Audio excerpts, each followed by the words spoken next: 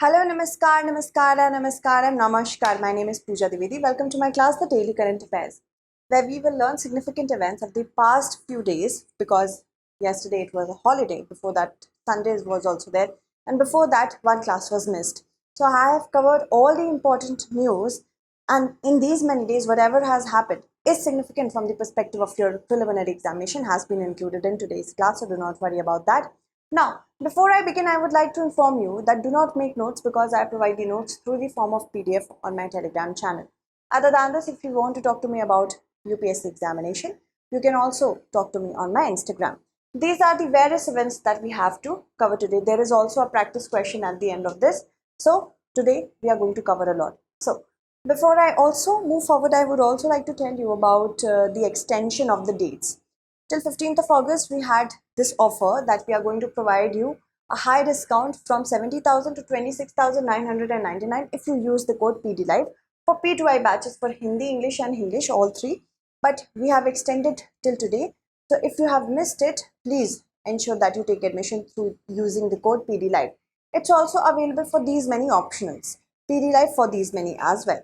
Moving on. Who among the following is the largest exporter of crude steel? USA, Germany, India, China. Now, China is not only the largest producer but also the largest exporter of steel, crude steel.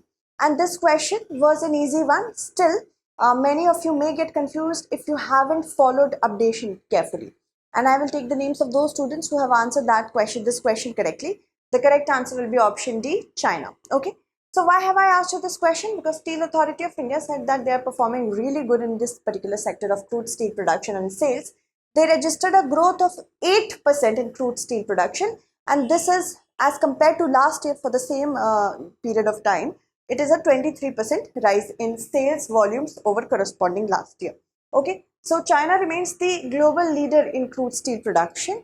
In December 2022, it was 77.9 million metric tons. It was just down 10% if we compare it to the year before of the same period. And India is second, Japan is third, USA, and then Russia. So remember the top 5 ones. This is how it is going. China has remained the most important producer, largest producer, as well as the exporter of steel. India has emerged as the second largest producer of crude steel. Remember that this is the most latest one. Okay, moving on. Consider the following statements with respect to the Pradhan Mantri Fasal Bima Yojana.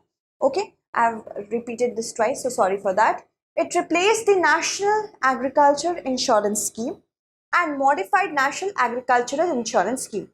It was once mandatory, but now it is optional. There is no upper limit on government subsidies. How many statements given above is or are correct? The Pradhan Mantri Fasal Bima Yojana was launched in the year 2016 and it replaced the NAIS and modified National Agricultural Insurance Scheme. By doing this, it ensured that there is no confusion when it comes to the insurance, so that the farmers who are dealing in such a risky business, that is growing crops, is very risky nowadays because of climate change.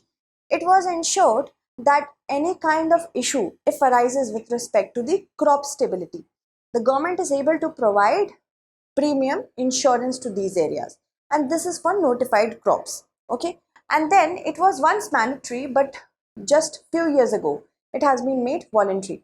So if any farmer, any farmer for any notified crop doesn't want to get enrolled in this, it is not compulsory for them. Second is also correct, and there is no upper limit on government subsidies. This is definitely correct. So first is correct, third is correct. How many are correct? 2 only will be the correct answer. 1,40,599 crore rupees have been paid to about 1457 lakh farmers under this particular scheme since its inception, since it was launched in 2016. It is administered by the Ministry of Agriculture and Farmers Welfare, replacing these two important schemes. Farmers who are including sharecroppers, that means they share their cropping system mechanism on a single plot of piece of field or land, and tenant farmers, that means if I am a person X, I have a land in this particular village, I want to give it to a tenant farmer to sow crops, give a part of the earnings to me and remaining with them. This is tenant croppers. Farmers growing notified crops in the notified areas are eligible for coverage. to provide insurance coverage and financial support to the farmers in case of any failures, in case of whenever a natural calamity occurs, pests, diseases occur, and there will also be a uniform premium of only 2% to be paid by farmers for kharif crops and 1.5% for rabi crops. For horticulture, it is 5%, okay? And there is no upper limit on the government subsidies. Also, even if the balance premium is 90%, it will be borne by the government. So this is the unique thing about this particular scheme. Consider the following: birth, descent, naturalization, registration. How many of the above are the method to acquire Indian citizenship under this particular act, Indian Citizenship Act of 1955? See, citizenship means a particular relationship that a person has with a country. This is to manage the relationship between a state and the people who are residing there. And in India, there is a concept of a person being a citizen, that the person is of this particular country, and alien, a person who doesn't belong to our country. It's not that jadoo alien, okay? So birth, yes, if you're born in India to parents who may be of Indian origin or not, if you want to get a citizenship in India by birth, one can do so. By descent, if your great great grandfather or great great grandmother were a part of undivided India, then also you can do that. Then we have naturalization. A person should be residing for at least 12 years in India to register for naturalization, among other criteria. And then we have registration. So these all four are mentioned under the Citizenship Act of 1955. That is correct. All four will be the correct answer. And recently Akshay Kumar has shown that he has acquired the citizenship of India, and there was a lot of films which are very nationalist in character but still having a citizenship of Canada. So now he says that he has acquired the Indian citizenship. Citizens are full members of the Indian state and they owe their allegiance or loyalty to India. They enjoy all civil and political rights, both. The citizenship, this matter, is listed in the Union list. That means the Parliament has the exclusive powers to make laws on this. The Constitution does not at all refer to the term, does not define, as in there is no definition of who can be counted as a citizen and who can't. Part 2, from Articles 5 to 11, the Constitution deals with citizenship, and because of the issue of partition, citizenship came into existence, implemented, or we can say it was implemented from November 26, 1949 itself, instead of the beginning of the Constitution, that is 26 January 1950. Citizenship Acts and Amendments, if we see this particular Act 1955, provides for acquisition as well as termination. Termination can include renouncing Indian citizenship, applying for, losing Indian citizenship. And other than this, we also have acquiring of some other country's citizenship. If a person has acquired the citizenship of another country, then the Indian citizenship will be lost. Birth, descent, registration and naturalization are certain processes. Also, it has been amended in 1986, 2003, 2005, 2015. Article 366 is related to official languages of India, scheduled tribes, Election Commission of India, procedure to amend Constitution. The correct answer will be option B. Specifically, if we talk about Article 366 Clause 25. Article 366 Clause 25 says that any tribe or tribe within a sub-tribe, if it is deemed to be as a scheduled tribe as by Article 342, then a person or a tribe can be notified so.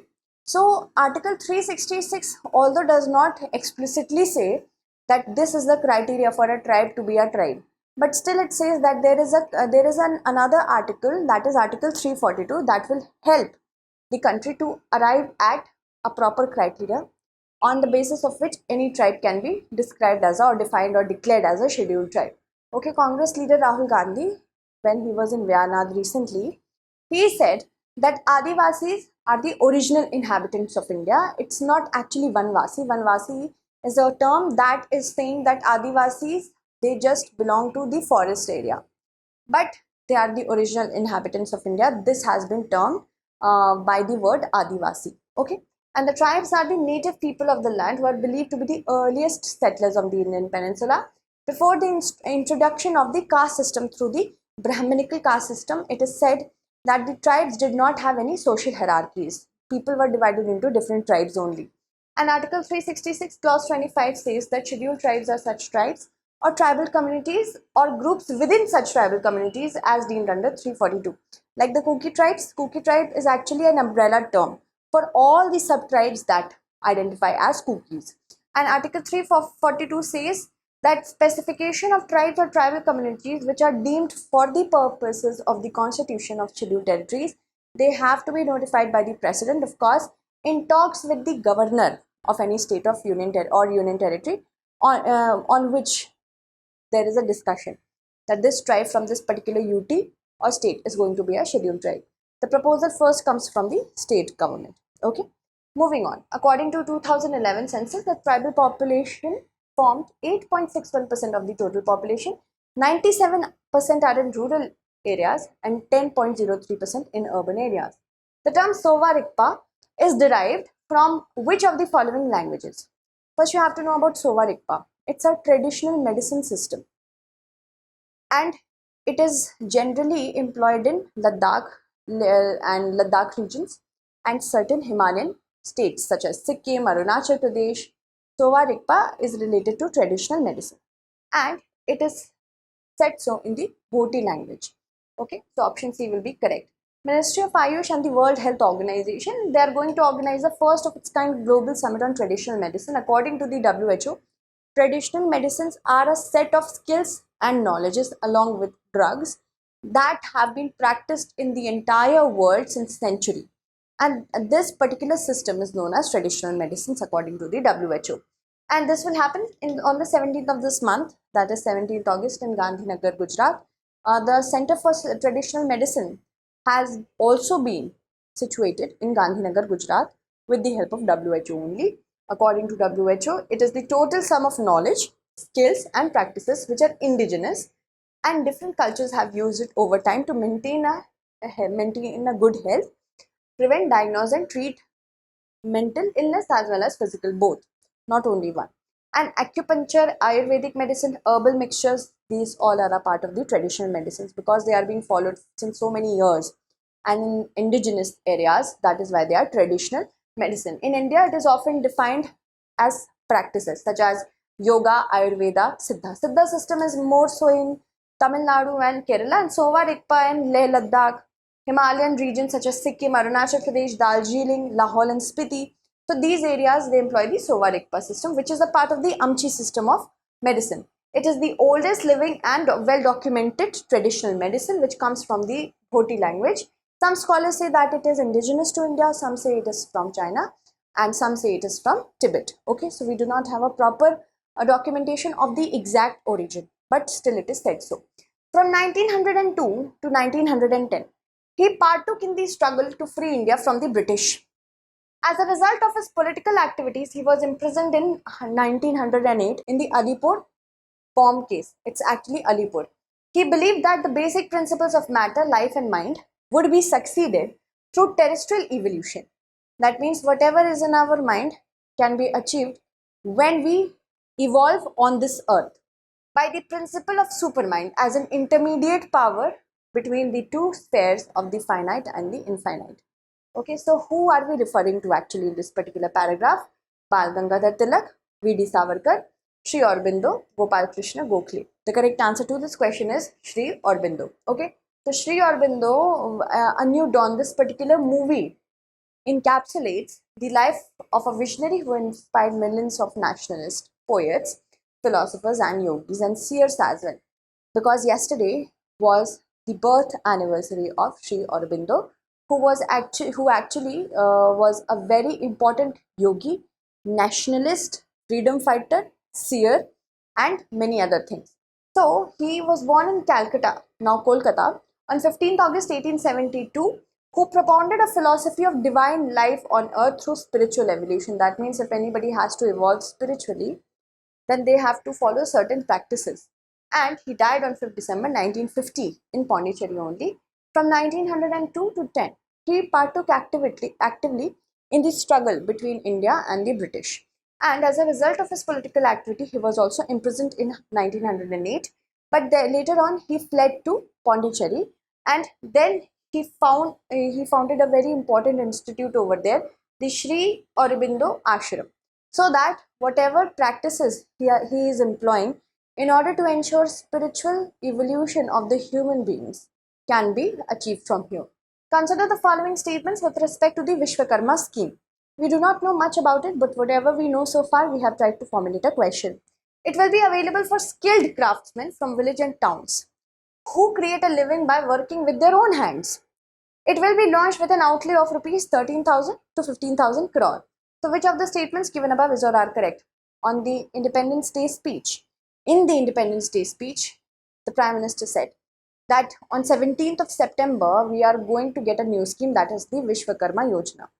And this is being done with an outlay of at least 13,000 to 15,000 crore. This is the range of as we know so far.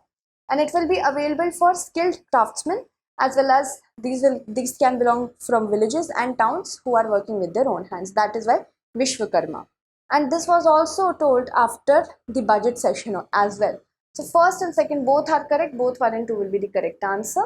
And also this is the PM Vishwakarma Kaushal Samman Yojana.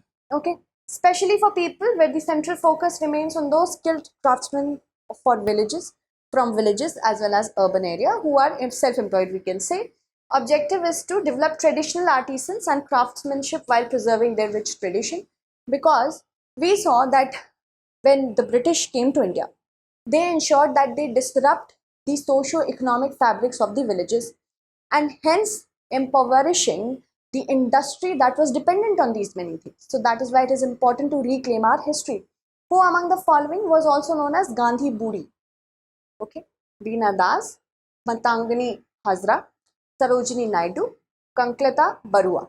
The correct answer to this question is option B, Matangini Hazra.